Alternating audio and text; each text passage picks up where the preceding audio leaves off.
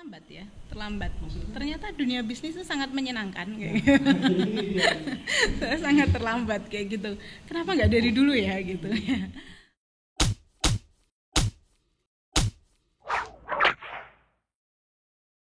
Assalamualaikum warahmatullahi wabarakatuh. Ketemu lagi dengan saya Dewantara di podcast Selaman Kita. Kali ini saya kembali bertemu dengan seorang perempuan yang tidak kalah istimewa dengan tamu kita di edisi sebelumnya ya. Saya perkenalkan, namanya Bu Eni Lestari, seorang pegawai negeri sipil atau aparatur sipil negara yang juga sibuk dengan berbagai kegiatan, macam-macam kegiatannya ya. Apa aja sih kegiatannya sekarang selain jadi ASN?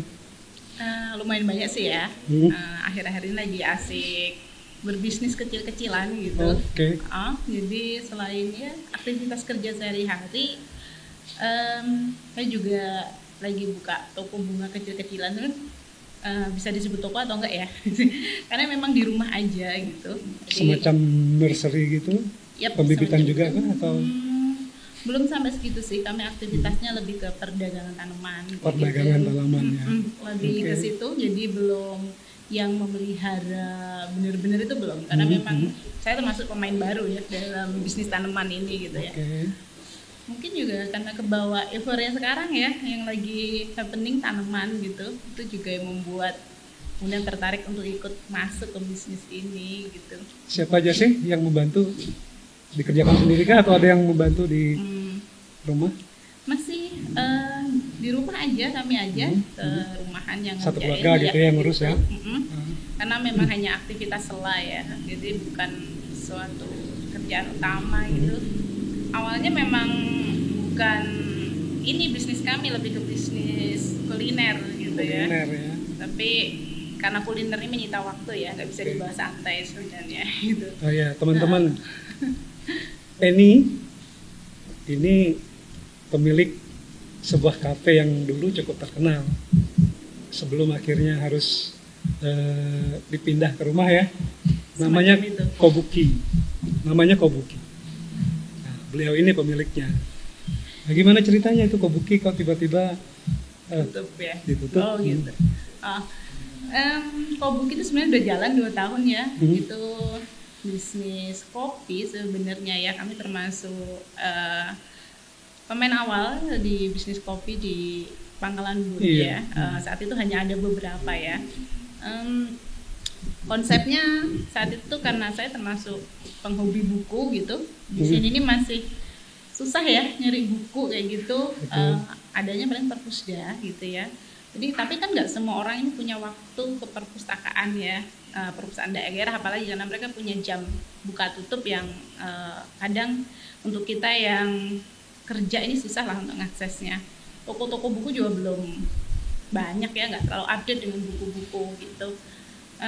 Jadi kami kemarin konsepnya gimana punya tempat nongkrong, tempat ngopi, tapi sekaligus berusaha membaca-baca buku. Jadi kami punya koleksi ratusan buku sebenarnya ya, ratusan buku di situ.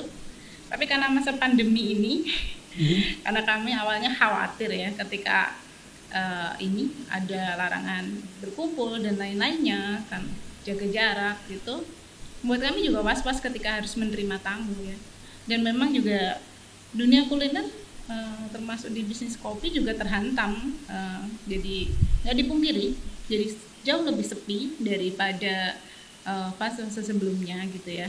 Jadi di awal tahun 2020 ya, sekitar bulan April, Mei itu konsumen jauh berkurang ya. Mungkin hanya 30% dari kondisi apa ya? Jauh sekali ya, dari 30%. Artinya ada penurunan sebelum kemudian memutuskan untuk tarik aja lah ya, ke rumah. Gitu. Kemudian setahu saya bisnis kuliner tadi itu ya, secara online. Secara online akhirnya kami berubah bisnisnya ke online ya. Kami punya brand baru namanya Dapur Ujung Atap ya. Nama Kobuki tadi Kobuki masih dipakai atau udah tidak ditinggal? lagi kami pakai, tapi kami menggunakan Dapur Ujung Atap karena memang kami lebih menjual menu-menu yang selama ini bestseller lah di Kobuki, yang paling banyak dicari khasnya Kobuki. Jadi menu khas Kobuki, gitu. Setahu saya tuh iga panggang. Iga bakar, Pak. Iga bakar ya, iga Iya, panggang ya. Jadi iga bakar mungkin orang Pangalagun bukan apa, biasanya kalau nyari iga bakar taunya Kobuki kan masih ya. Masih banyak yang taunya Kobuki, dan ada juga di beberapa warung makan lain gitu ya. Jadi saya mikir ini peluang bagus lah gitu ya. Kami akhirnya dengan ini melayani delivery order semacam itu, luar biasa responnya. Usaha ini dilakukan sendiri atau ada yang bantu lagi? Kebetulan saya punya satu asisten di rumah. Ada asisten di rumah. Di rumah. Jadi karena mengingat kesibukan sebagai seorang ASN tentu ya, dari pagi sampai sore.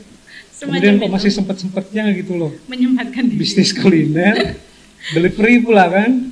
Yep. Jadi selain asisten di rumah untuk di dapur, saya juga kalau untuk delivery itu kan pakai jasa kurir makanan semacam itu, nggak semuanya pure sendiri.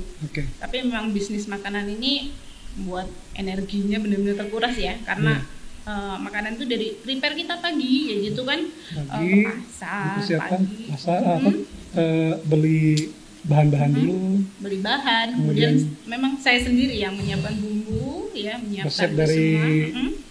Paling nanti eksekusi ketika untuk siap bakar, siap goreng itu baru kadang dibantu asisten saya ketika saya memang masih ngantor dan lain-lain, karena kami memang menyiapkannya menu makan siang dan makan malam. Gitu. Nah, soal delivery tadi dengan memanfaatkan jasa kurir ya. Nah, soal kurir ini ada cerita menarik juga dari Mbak Eni ya. Tapi nanti kita bicara soal itu, karena itu bagian dari kegiatan sosialnya dia, itu yang jadi salah satu bahasan kita hari ini.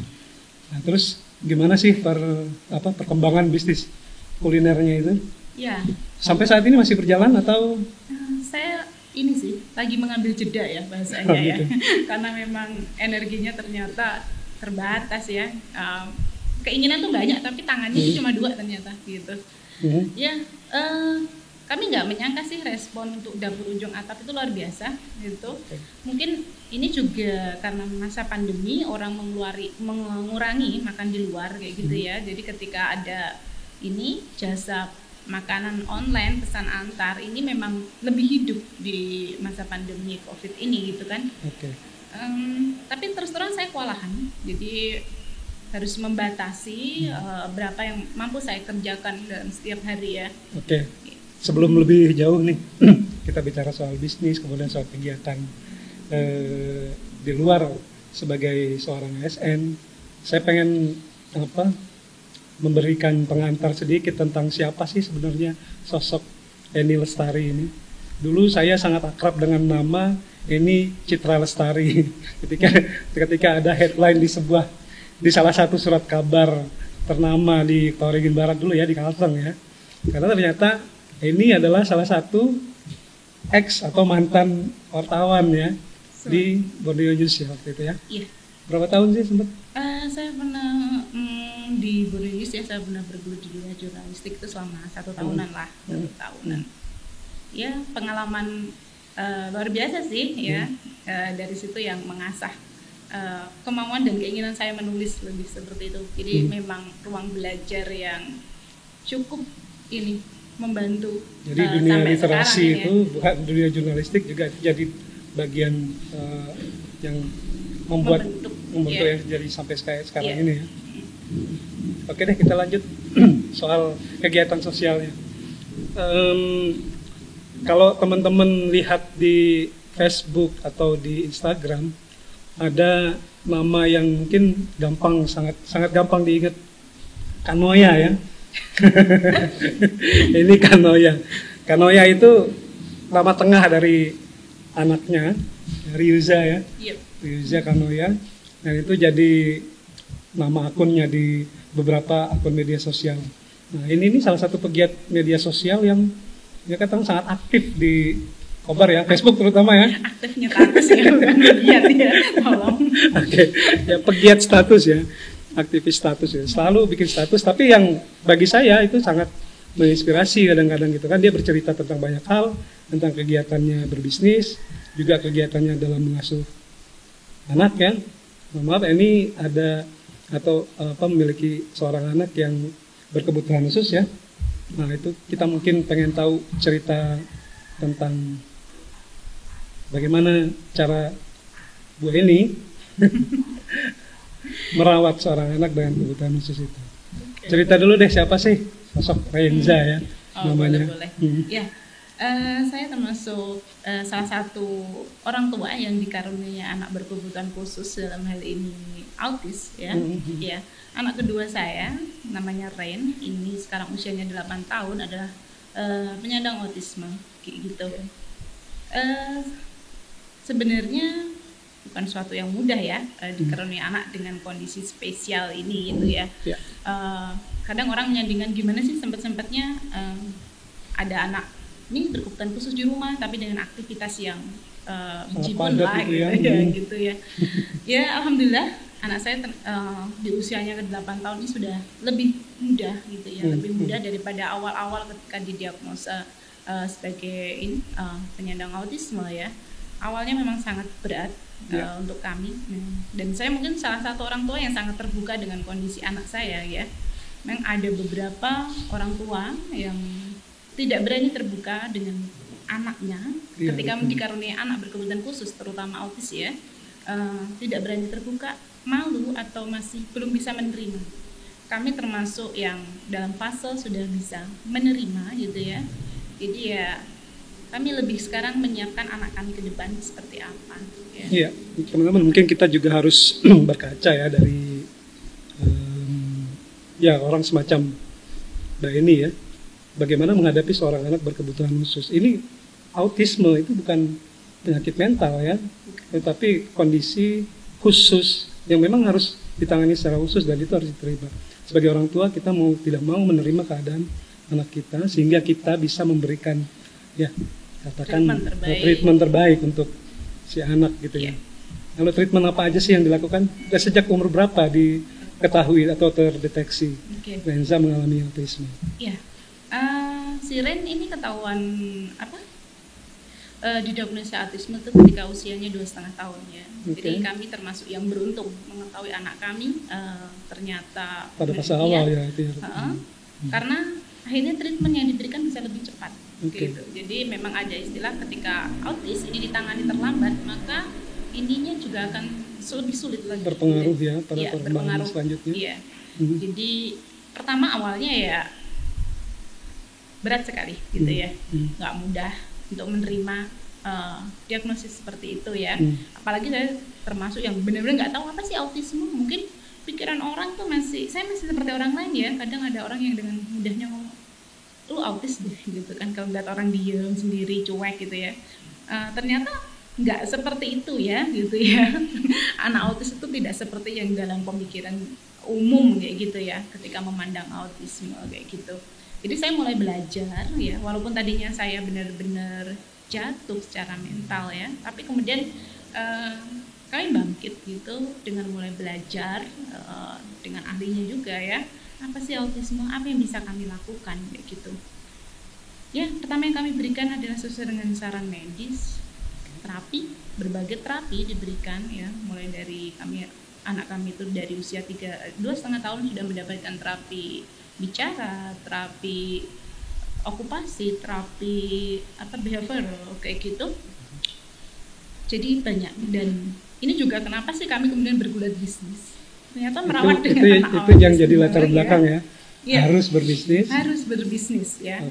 Saya pegawai negeri, suami saya karyawan swasta. Pegawai negeri itu ya dikatakan kelas menengah yang secara ekonomi dipandang sebagai kalangan yang mapan lah gitu ya. Harusnya nggak usah bisnis lah, udah cukup dari gaji dan tunjangan itu udah cukup menghidupi, bahkan lebih mungkin ya harusnya. Aku panggil Eni aja ya, karena Eni ini sebenarnya satu kantor sama saya dulu ya ketika jadi jurnalis. Nah, ada nggak sih kendala di saat Eni hendak memberikan terapi kepada Ren? Ya mengingat Pangkalan Bun gitu ya, kota kecil yang dikatakan fasilitas mungkin tidak seperti di kota-kota besar gitu, atau mungkin juga ya katakan tenaga ahli yang mengerti bagaimana cara memberikan terapi kepada anak berkebutuhan khusus seperti Renza itu belum cukup tersedia gitu. Nah kira-kira itu jadi kesulitan Pak Ya, itu memang jadi kesulitan pertama kami ketika ya kami si Ren didiagnosis dengan autisme itu ketika di Jogja. Bayangan saya pertama adalah mencari terapis di Pangkalan Bun gitu ya. Setelah saya tanya sana sini, ternyata belum tersedia ya. Ada terapi okupasi saja itu di rumah sakit, tenaganya satu dan beliau membuka jasa seperti itu di swasta. Kemudian terapi lain ini belum ada kayak gitu. Itu yang membuat saya sempat berpikir untuk pindah ya, demi untuk anak saya pernah berpikir untuk pindah ke Jogja atau ke Solo ke tempat tinggal saya untuk meneruskan terapi anak saya kayak gitu. Tapi ternyata alhamdulillah saya bertemu dengan salah satu sosok yang bisa dibilang terapis ya untuk anak-anak di sini, namanya Budian gitu ya. Dan ternyata beliau selama ini memang berpengalaman memegang anak-anak berkebutuhan khusus baik autis, Down syndrome dan lain-lain. Nah, kemudian saya juga akhirnya menemukan terapi swasta untuk terapi bicara ya. Itu yang buat saya kemudian lega. Pertama memang ada. Tapi setelah sekian lama mencari ya. Setelah tidak terlalu lama sih jenjangnya ada berapa bulan. Tapi setelah itu yang harus kami siapkan adalah finansial. Ya. Ternyata terapi untuk anak ini tidak mudah kayak gitu dan tidak murah tentunya. Tidak murah. Gaji saya gitu ya. Gaji PNS saya gitu ya. Itu tidak cukup bahkan untuk terapi 1 bulan, kebutuhan terapi 1 bulan anak saya gitu ya. Itu kemudian yang melatar belakangi ini ya berjibaku katakan membuka bisnis, walaupun suaminya juga bekerja ya sebagai karyawan di salah satu ya perusahaan besar sebetulnya ya. Itu juga yang melatar belakangi berdirinya Kobuki, semacam kafe itu yang terkenal di Pangkalan Bun, dan kemudian berlanjut jadi bisnis kuliner. Sekarang geser sedikit jadi bisnis bunga ya. Sekarang jadi kebun ujung atap juga. Kebun ujung atap. Ya itu memang ya melatar belakangi semacam itu. Kemudian tapi saya merasa sekarang ini terlambat. Maksudnya? Ternyata dunia bisnis itu sangat menyenangkan. Nah, ini dia nih. Sangat terlambat kayak gitu. Kenapa nggak dari dulu ya gitu ya. Banyak sekali peluang-peluang. Kobuki tahun berapa sih dimulai itu? Kobuki 2 tahun lalu tahun berapa ya? 2018. Ya. 2017, 2018 ya. Oke, awal-awal gitu ya, nggak masalah. Kemudian sempat berjalan 2 tahun. Iya. Geser ke dapur. Pandemi, masukkan semuanya alat ke dapur ujung atap. Iya. Tapi yang dipertahankan menu-menu beratnya ya. Iya. Tadi teman-teman, saya pernah punya pengalaman nih, 1 kali diajak sama Hendy ke Pangkalan Durin ya. Jadi ayo kita cari bunga yuk gitu kan. Ternyata setelah sampai di sana di Pangkalan Durin ketemu salah satu rumah warga yang di depan rumahnya itu ada pohon kaktus ya. Pohon kaktus besar tinggi gini bercabang-cabang dan bahkan sudah hampir rusak sama orangnya, itu memang sudah mau dimusnahkan ya. Akhirnya itu kita pangkas semua, kita potong, kita bawa ke Pangkalan Bun jadi barang jualannya dia. Ya, kadang orang nggak sadar ya itu bernilai jual ya. Gitu makanya ya. Itu gimana ceritanya? Ya. Kok bisa bergeser ke bisnis bunga? Bisnis tanaman ya. Bisnis tanaman ya. Awalnya pertama peluang itu datang tiba-tiba sih ya. Sebenarnya mungkin dari saya melihat salah satu media gitu di Pangkalan Bun itu meliput tentang aktivitas pembuatan pot sabut kelapa di Desa Pangkalan Durin ya saat itu ya. Kayak itu diajakin, yuk kita lihat ke sana gitu, beli gitu kan. Ini berkaitan dengan latar belakang sebagai pegawai negeri? Tidak juga, tapi sedikit banyak ya, karena saya memang kerjaannya di bagian negeri ini memang banyak terlibat dengan pemerintahan desa ya. Jadi belusuan ke desa-desa udah biasa kayak gitu ya. Memang aktivitasnya di pembinaan pemerintahan desa. Karena tadi ada info menarik gitu ya, ada potensi di salah satu desa itu, akhirnya datang sama teman-teman. Tapi mendengar keluhan dari si bapak yang punya usaha pot sabut kelapa ini ya, dan juga produk-produk lain dari hasil apa ini? Kulit kelapa itu ya, kayak gitu. Ini di Pangkalan Durin juga kalau nggak salah ya. Pangkalan Durin ya. Jadi dia cerita, ini kesulitan memasarkan. Pertama mungkin akses ke kota, kemudian jaringannya nggak terlalu banyak, nggak punya media sosial yang ini, akhirnya penjualannya juga nggak terlalu ini ya. Terus saya kemarin menawarkan diri gini, boleh nggak saya jadi reseller gitu. sebenarnya lebih ke saya pengen membantu sih, membantu memasarkan ke teman-teman terdekat saya aja gitu ya. Ya. Meneruskan lah kayak gitu. Ya ini saya ngambil sampai ada lebih dari seratusan pot ini, dan ternyata terjual gitu ya, terjual. Terus beberapa orang, karena saya juga promokan lewat Facebook, Instagram dan lain-lain, datang ke rumah. Ada juga yang minta delivery diantar. Terus saya kepikiran, kalau saya hanya jualan pot nih, untungnya nggak seberapa ya, karena memang awalnya yang tidak berniat bisnis pure gitu kan. Oke. Terus kalau orang datang ke rumah juga yang dilihat cuma itu aja gitu kan, karena saya cuma punya tanaman cuma beberapa. Akhirnya kepikiran, kenapa nggak sekalian ya bisnis tanaman nih, jadi sekalian nganter pot, mungkin ada orang tertarik dengan tanaman, bisa sekalian nih sepaket kayak gitu. Atau yang kalau ke rumah, jadi orang lebih betah nih, nggak hanya datang ngambil pot kayak gitu atau ngambil kokopit atau fiber ya yang dijual itu untuk tanaman itu. Itu produk sih, dari Pangkalan Durian iya, itu juga ya. produk dari Selain Pangkalan Durian dari itu. Pot sabut kelapa tadi kelapa, ya. itu juga ada kokopit namanya. Iya. Sama Koko fiber. Kokopit itu untuk media tanam, koko fiber itu biasa digugunakan untuk menghias pot-pot itu ya, lebih banyak. Yang serat-serat panjang gitu ya. Iya. Ya itu sih awalnya bisnis tanaman gitu ya. Oke. Terus mulai menjual tanaman itu? Ya, karena saya sering ke desa gitu ya. Koleksi sendiri atau? Awalnya beberapa koleksi sendiri, kemudian ketika saya kerja ke desa-desa nih, ada tanaman, boleh dibeli nggak Bu? Gitu ya. Kalau tertarik, ketika ini akhirnya jadi barang dagangan gitu ya. Cukup dengan foto menarik, kemudian upload kayak gitu, ternyata yang menawar juga banyak, pembelian kok mulai ini ya gitu kan. Akhirnya semakin bergairah nih berbisnis tanaman. Aktivitas di media sosial itu selain bikin status sekarang jualan. Jadi jualan ya. Gitu. Oke. Ya itu sih. Kemudian kepikiran kemarin kami menyatukan konsep dapur dan kebun gitu ya. Emang lagi proses sih. Jadi orang tidak hanya datang untuk makan, tapi sambil melihat-lihat tanaman kayak gitu ya. Nanti pulangnya ada yang dibawa nih, gitu. Jadi konsep bisnisnya sekarang akan bergeser ke dapur dan kebun ujung atap gitu. Sebutannya kebun ujung atap ya sekarang ya untuk usaha perkebunan, usaha tanamannya ya. Iya, brandnya itu sekarang. Oke. Jadi ujung atap itu salah satu nama gang atau jalan? Tidak juga ya. Tidak juga ya. Sebenarnya itu nama ujung atap itu terinspirasi karena situ banyak dulu tanaman banyak tanaman ujung atap di lingkungan rumah saya, walaupun sekarang udah hilang gitu, tapi saya pengen mengingatnya ya.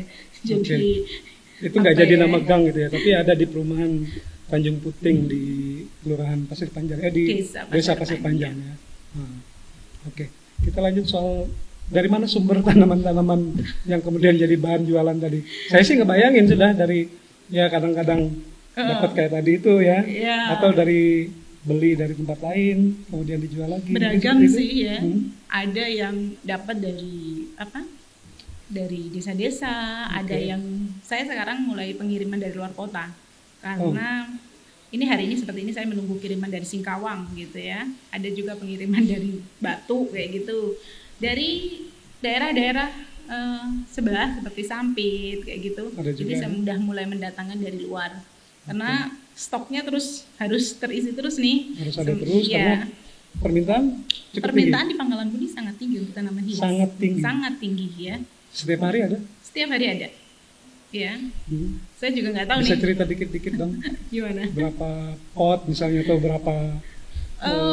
Bisnis tanaman nggak bisa ngukurnya seperti itu sih ya. Gitu ya. Jadi kalau konsep bisnisnya di dapur kebun ujung atap agak berbeda mungkin dengan toko bunga lain ya. Kami selalu berusaha menyiapkan tanaman yang siap pajang ya. Jadi ketika ke kebun ujung atap itu ada tanaman sudah jadi ya. Jadi orang sudah dapat dalam pot cantik, tanamannya udah hidup, segar kayak gitu yang sudah inilah gitu ya. Pokoknya siap pajang. Siap pajang gitu. Mungkin berbeda dengan beberapa toko bunga lain yang konsepnya menjual tanaman yang masih bibit gitu ya. Jadi kami ngambil konsep yang berbeda seperti itu.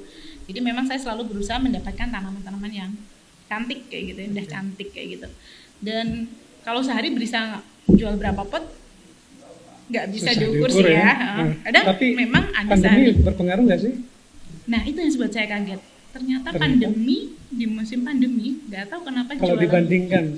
dibandingkan dengan bisnis kopi tadi, kafe atau kuliner, Iya. bisnis tanaman di masa pandemi ini seperti apa sih? Ini jauh lebih menguntungkan.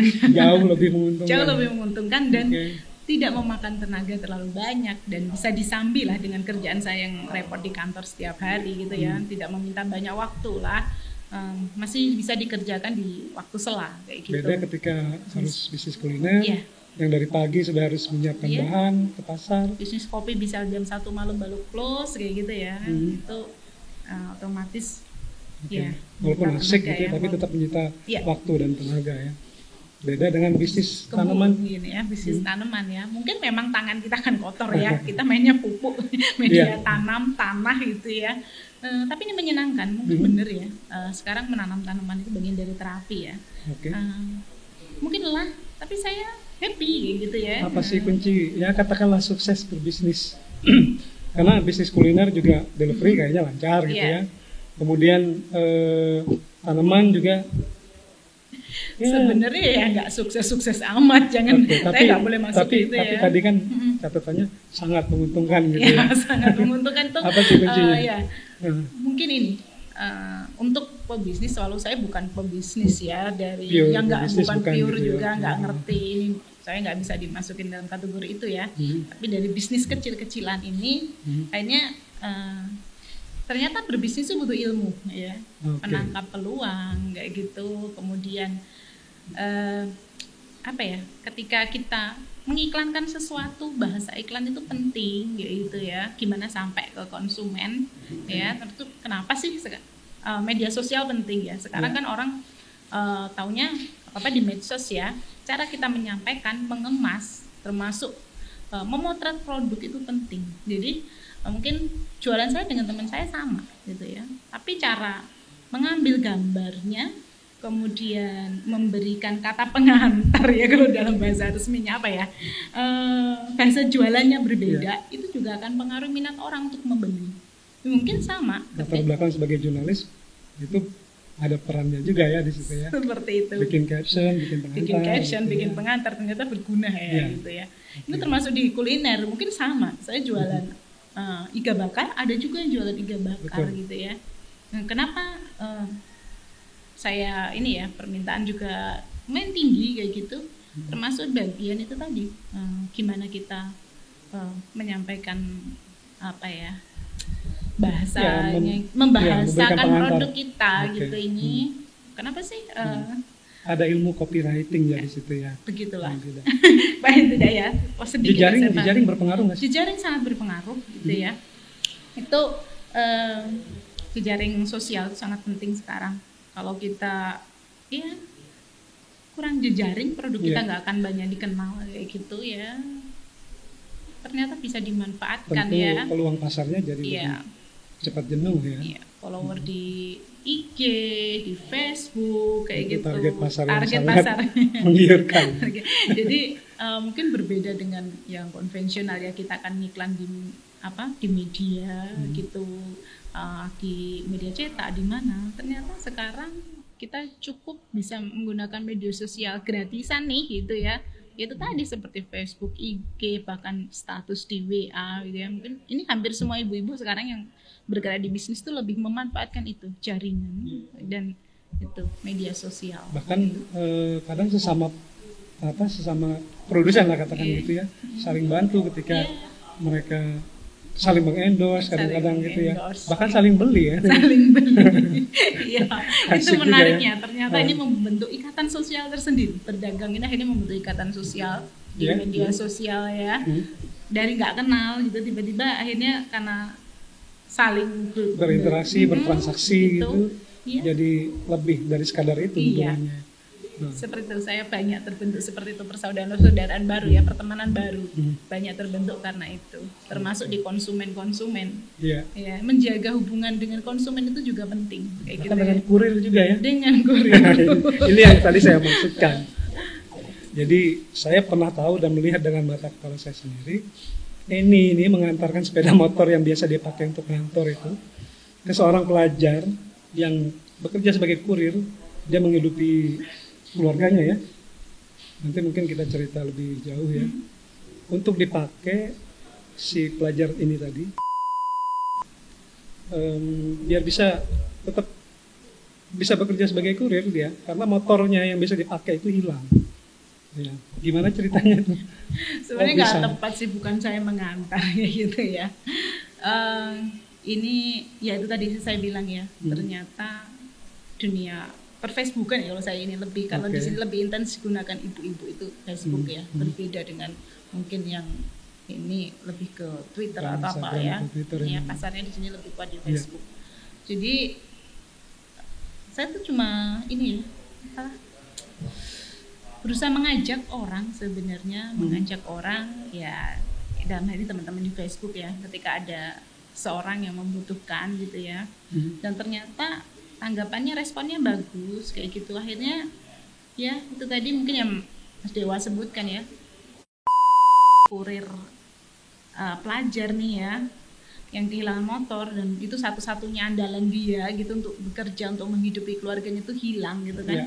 Itu orang ironis banget gitu kan. Terus ya saya cuma ngajak aja, tahu kabar itu juga dari Facebooknya habis ya. Dan ternyata responnya luar biasa. Saya ngadain apa ya, gimana ya cara membantu, tapi aduh ini maaf ya jadi nyebutin nama person ya gitu ya tadi ya, semoga yang bersangkutan nggak apa-apa gitu. Ketika kita mau menggalang, saya biasanya menggalang donasi itu kesannya tidak nyaman sekali. Nanti nyaman kita minta izin sama apakah konten ini bisa ditayangkan atau tidak ya. Jadi ketika kita ngumpulin donasi, saya lebih menjaga perasaan penerima sih nantinya gitu. Jadi kemarin iseng dengan teman-teman sahabat saya sih, apa yang bisa kita bantu gitu, kita lakukan apa kayak gitu kan. Gini aja deh, yuk kita jual makanan dengan harga sultan gitu kan, widenya gitu. Oke. Jadi iga bakar saya yang biasa jual 35.000, ini niatnya untuk membantu mendapatkan motor baru. Jadi kami jual 100.000 per package. Awalnya laku nggak gitu, kita coba gitu kan, kita coba. Kami lempar ke ini di status di Facebook, ternyata responnya luar biasa teman-teman. Ternyata kita nggak kekurangan orang baik lah di Pangkalan Bun gitu ya, membaca cerita kisahnya anak ini gitu ya, perjuangannya ya, kondisinya seperti itu, responnya bagus gitu kan. Kami bisa mendapatkan dana itu sekitar 6 jutaan. Ya, 6 jutaan dari penjualan iga bakar itu. Iga bakar. Iya, jadi harganya berapa sih normalnya iga bakar itu sebetulnya? 35.000. Dan orang mau membelinya 100.000. Dijual 100.000. Bahkan ada yang mau membelinya dengan harga lebih dari 1 juta. Luar biasa kayak gitu. Walaupun awalnya pesimis ya, ternyata dalam 1 hari kami mampu membuat, mengumpulkan dana sekitar 6 juta. Ya. Lalu dana itu digunakan untuk membeli motor. Untuk. Iya. Tapi ya kenapa saya mengantar motor saya itu lebih karena ini sih ya. Untuk untuk mendapatkan angka itu ternyata untuk mendapatkan yang layak ternyata masih tapi kurang. Tapi motornya itu layak aja kan, saya lihat sendiri. Bukan, maksudnya karena kami sudah coba nyari motor dengan harga itu gitu ya, baik juga gitu kan, nyari dengan harga itu ternyata memang sulit ya. Adanya ya mungkin masih di bawah standar untuk motor metik. Ya udah pakai yang ada gitu dulu sementara. Ya, itu satu di antara kegiatan-kegiatan sosial yang dilakukan oleh ini dan kawan-kawannya. Saya pribadi mengetahui banyak sih sebetulnya kegiatan-kegiatan yang mungkin nanti kita bisa gali lebih jauh sih. Bu Edi ini akhirnya dekat dengan salah seorang istri pejabat di Kobar, tapi dekatnya bukan dalam konotasi yang buruk ya. Dekatnya dalam arti untuk kegiatan-kegiatan sosial ya, karena beliau ketua Puspa Kota Waringin Barat ya, kebetulan. Itu aktivitasnya apa aja sih yang dilakukan dengan beliau itu? Di Kobar itu ada namanya Forum Puspa ya, itu lebih ke singkatnya saya lupa nih, agak nyelimet nih. Mungkin kita Puspa ini di Kobar ini saya termasuk di dalamnya, walaupun nggak tahu tiba-tiba direkrut aja ke situ. Jadi ini lebih ke forum kepedulian terhadap perempuan dan anak ya. Jadi memang beberapa aktivitasnya lebih untuk itu mengadakan Kegiatan pemberdayaan gitu ya, pendampingan untuk perempuan dan anak. Ini masih di bawah kantor pemberdayaan perempuan dan anak ya di Kobar ya, memang di situ ya secara hierarkinya. Tetapi memang isinya bukan orang-orang dinas saja, bukan hanya orang jadi dinas. Mereka-mereka yang selama ini punya kepedulian terhadap perempuan dan anak memang banyak direkrut di situ. Ya mungkin seperti Mas ceritakan tadi, kebetulan Ketua Puspa ini karena beliau juga punya passion di kegiatan sosial kayak gitu ya, jadi kan ini seringnya jalan bareng soal itu ya, jadi nyambung. Jadi beberapa memang aktivitas Puspa dan kami terlibat di dalamnya aja sih kayak gitu. Apa aja sih kegiatan yang dilakukan? Ya mungkin salah satu atau dua contoh yang bisa yang sudah dilakukan Puspa gitu ya dengan kami. Atau yang di luar Puspa juga nggak apa-apa. Enggak sih.